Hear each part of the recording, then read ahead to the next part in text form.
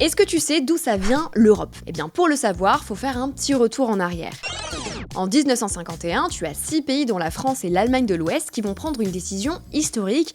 Ouais, rien que ça. Ils vont créer la CECA, Communauté européenne du charbon et de l'acier. Mais leur objectif, c'est quoi? Assurer la paix en mettant en commun des ressources essentielles à l'industrie et à l'armement. En gros, éviter les guerres, renforcer l'économie, bref, que du positif. Et peu à peu, ce qui n'était au départ qu'un simple accord économique devient un réel socle de la construction européenne. En 1954, on a un échec, celui de la CED, qui était un projet visant à créer une coopération militaire en Europe. Projet ambitieux, mais un peu trop pour son temps. Bon, du coup, les 6 pays membres de la CECA changent de stratégie. Plutôt que de renforcer l'armée, ils vont miser sur l'économie. Un moment clé que tu dois absolument retenir, c'est le 25 mars 1957.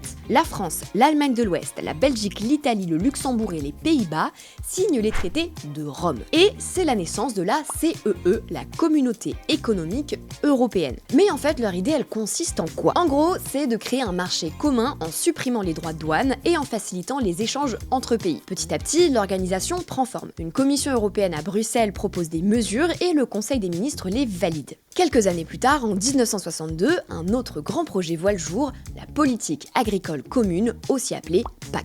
L'idée est simple, harmoniser les règles agricoles entre les 6 pays de la CEE pour mettre un grand coup de boost à la production. Le résultat, une agriculture plus productive grâce aux subventions, ce qui permet aux agriculteurs d'améliorer leurs conditions de vie. Mais en contrepartie, l'environnement en souffre, car la priorité est donnée à la production intensive. Une question qui d'ailleurs fait encore débat aujourd'hui. Bon, en 1979, un grand pas est franchi. Le premier Parlement européen est élu au suffrage universel direct. Son siège, Strasbourg. L'Europe politique commence à prendre une nouvelle dimension. N'hésite pas à enregistrer la vidéo et à regarder la suite dans la partie 2.